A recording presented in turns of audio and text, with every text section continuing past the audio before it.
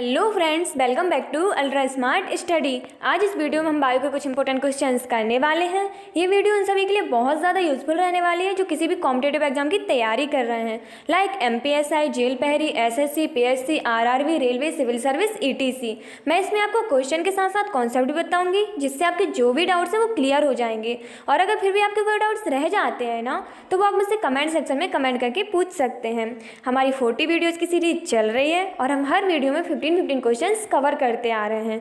ये हमारी वीडियो का पार्ट 29 है और इससे रिलेटेड जो भी वीडियोज़ हैं उनकी लिंक मैंने आपको डिस्क्रिप्शन में दे दी है, तो आप वहाँ से जाके उन वीडियोज़ को देख सकते हैं। तो चलिए शुरुआत करते हैं।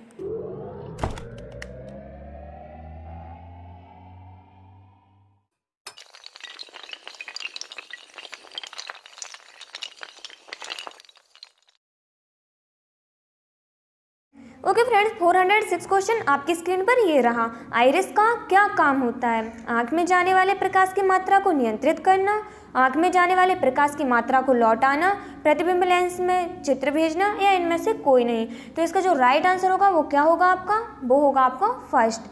आँख में जाने वाले प्रकाश की मात्रा को नियंत्रित करना, ये आइरिस का काम होता है। ठीक है, अगला क्वेश्चन आपकी स्क्रीन पर ये रहा।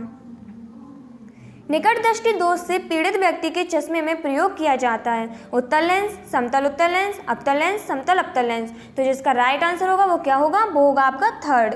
जो निकट दृष्टि दोष होता है ना जिस व्यक्ति को, उसके चश्मे में क्या प्रयोग किया जाता है? उसके चश्मे में प्रयोग किया जाता है अवतल लेंस। ठीक है, अगर किसी को निकट दृष्टि दोष होता है तो उसकी जो दूर की दृष्टि होती है ना वो कमजोर होती है, उसे दूर का दिखाई नहीं देता, पास का दिखाई देता है। और अगर किसी को दूर दृष्टि दोष है ना तो उसे पास का दिखाई नहीं देता, दूर का दिखाई देता है। ठीक है, तो यहाँ पे याद रखना। अगला क्वेश्चन आपकी स्क्रीन पर ये रहा। दूरबीन का आविष्कार किया था गैलीलियो ने, गुटेनबर्ग ने, एडिसन ने, या ग्राहम बेल ने? तो इसका जो राइट आंसर होगा वो क्या होगा? वो होगा आपका फर्स्ट, गैलीलियो ने। ठीक है, जो दूरबीन का आविष्कार किया था ना वो किया था आपका गैलीलियो ने। और ये जो गैलीलियो थे वो कहाँ के वैज्ञानिक थे? वो थे आपके इटली के वैज्ञानिक। कहाँ के वैज्ञानिक थे?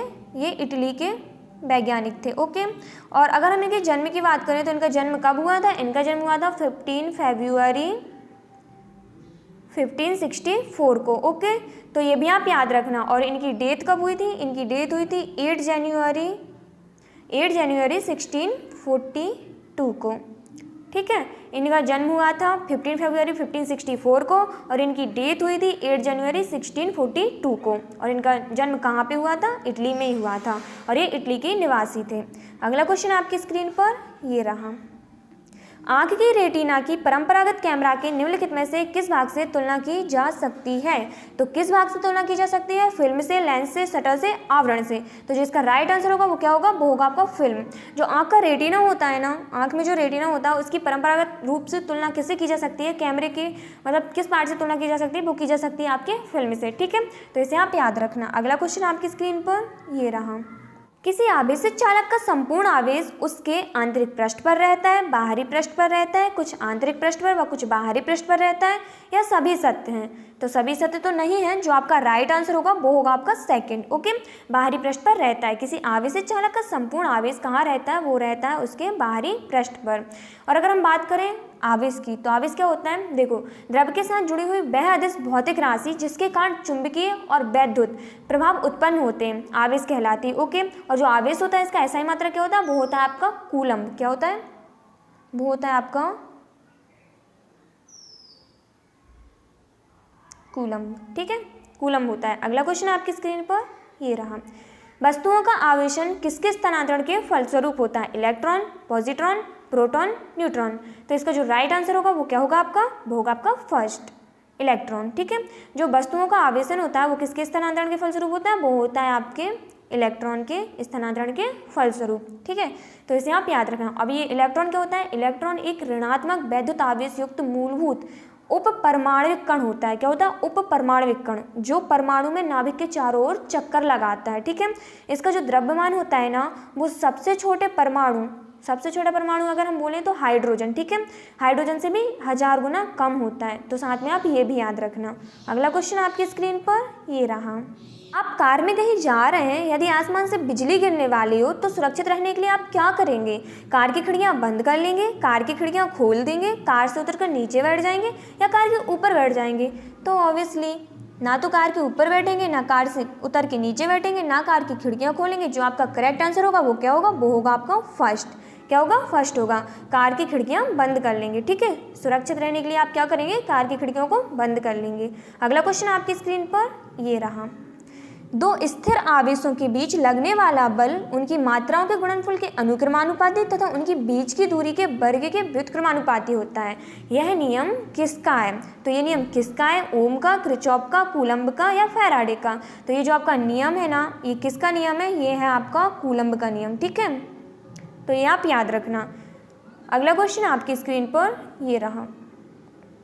किसी विद्युत परिपथ में इकाई धन आवेश को एक बिंदु से दूसरे बिंदु तक ले जाने में किए गए कार्य द्वारा मापा जाता है। क्या मापा जाता है? उन बिंदुओं के बीच के प्रतिरोध को, विभवांतर को, धारा को या विद्युत धारा की प्रबलता को। तो क्या मापा जाता है? इसका जो आपका राइट आंसर होगा वो होगा आपका सेकंड। विभवांतर को मापा जाता है, ठीक है। तो आप याद रखना। और विभवांतर क्या होता है? देखो, कोई भी दो बिंदुओं के बीच विद्युत विभवों के अंतर को हम विभवांतर या वोल्टता कहते हैं, ठीक है। ये बहुत ईजी लैंग्वेज में बताया मैंने आपको। विभव को किसमें मापा जाता है? अगर हम विभव को मापने की बात करें तो वो मापा जाता है आपका किसमें?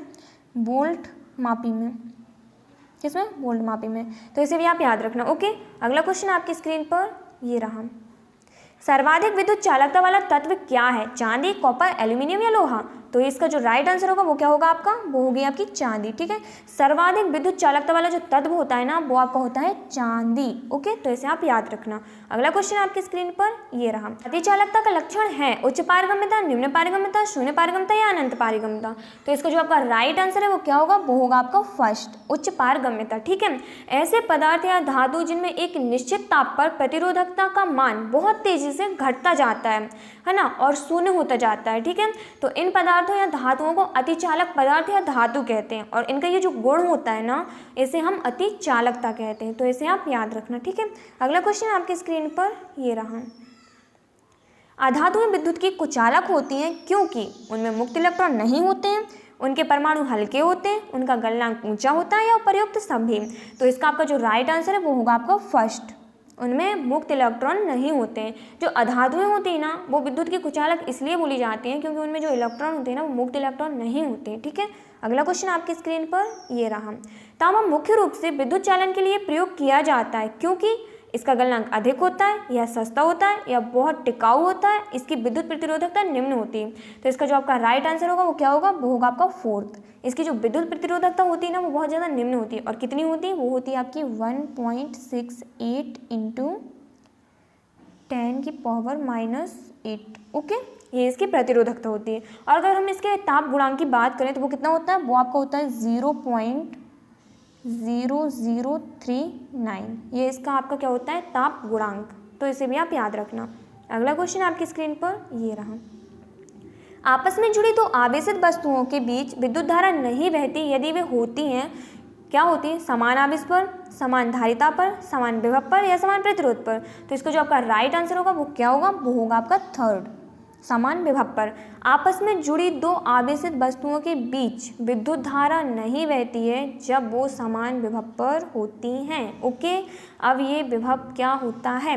किसी इकाई धन आवेश को अनंत से किसी बिंदु तक लाने में जितना कार्य करना पड़ता है ना, उसे उस बिंदु का विद्युत विभव कहते हैं, ठीक है। क्या बोला जाता है? विद्युत विभव। और जो विभव होता है ना, वो कैसी राशि होती है? वो आपकी सदिश राशि होती है। कैसी होती है? सदिश। तो इसे भी आप याद रखना, ठीक है। ओके फ्रेंड्स, यहाँ पे हमारे 15 क्वेश्चंस कंप्लीट हो गए हैं। आई होप आपके लिए ये सेक्शन यूजफुल रहा होगा। अगर आपको ये वीडियो पसंद आई है तो please like, share and subscribe. Bye bye, take care.